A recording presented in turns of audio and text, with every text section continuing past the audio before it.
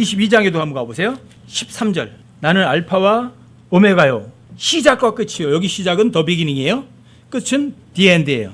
그리고 여기 처음이라고 번역했죠. 처음과 마지막은 처음은 the first예요. 마지막은 the last예요.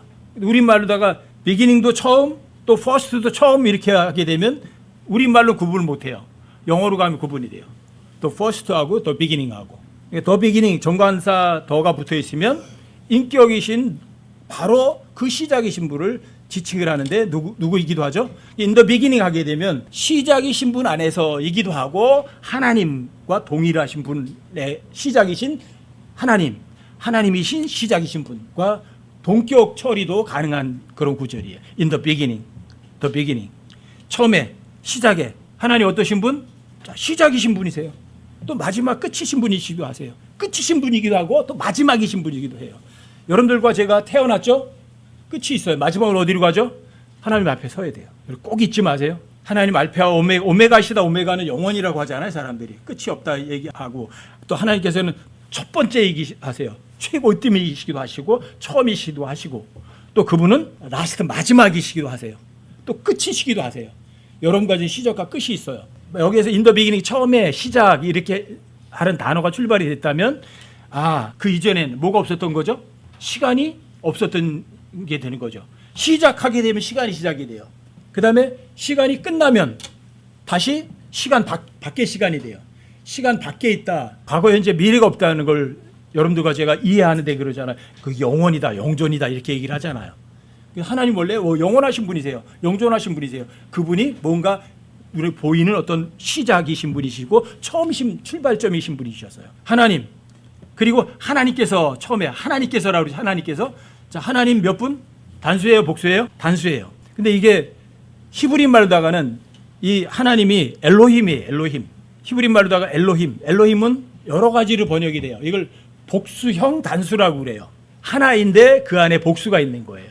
엘로힘. 이 엘로힘은 다른 의미로도 많이 번역이 돼요. 여러분 창세기 3장 5절로 한번 가보세요. 창세기 3장 5절이요. 이제 여자가 선악을 먹고 난 다음에 하는 말이거든요. 너희가 그것을 먹는 날에 너희 눈이 열리고 너희가 신들과 같이 되어 선악을 알 줄을 하나님이 아시느니라. 여기 킹제임스 성경을 신들이라 번역했고요. 이게 엘로힘이에요.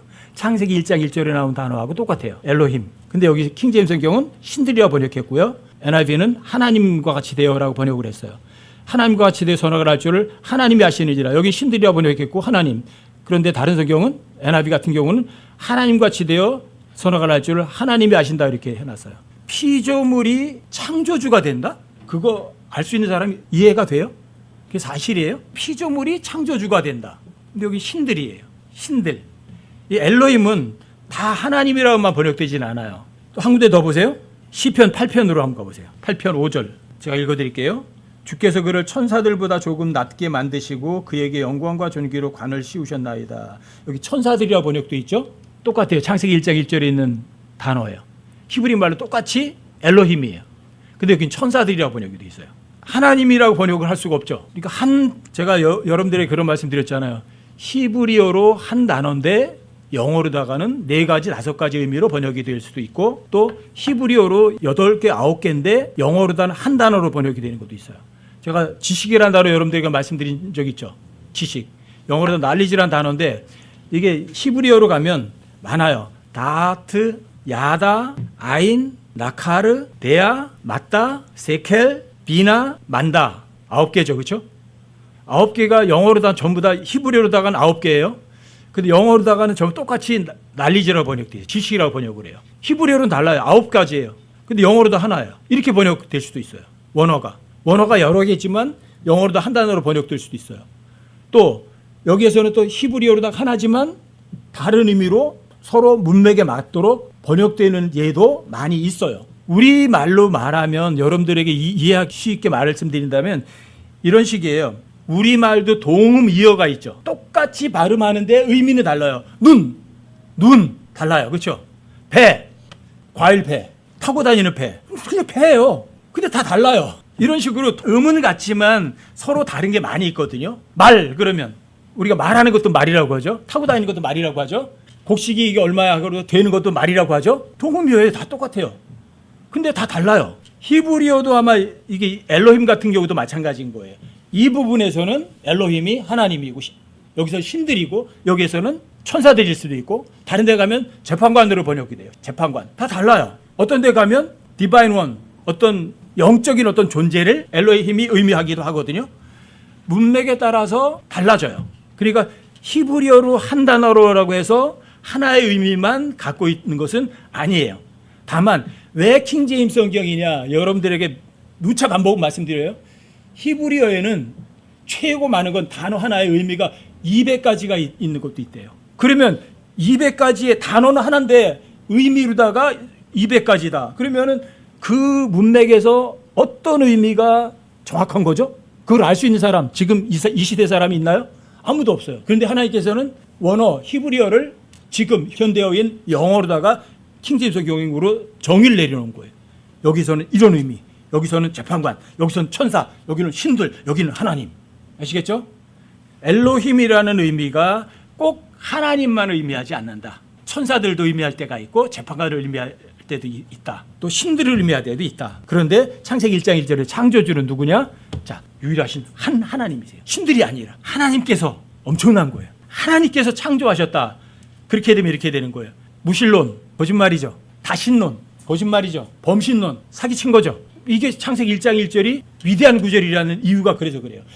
창세기 1장 1절을 문자 그대로 정말 여러분들과 제가 사실이라고 마음으로 진짜 믿는 사람은요, 위대한 사람이고 대단한 사람이고 이 세상에서 내놓으라는 학자들, 철학자들을 다 거짓말쟁이로 만들어버리는 위대한 사람이고 창세기 1장 1절이 그런 구절이에요.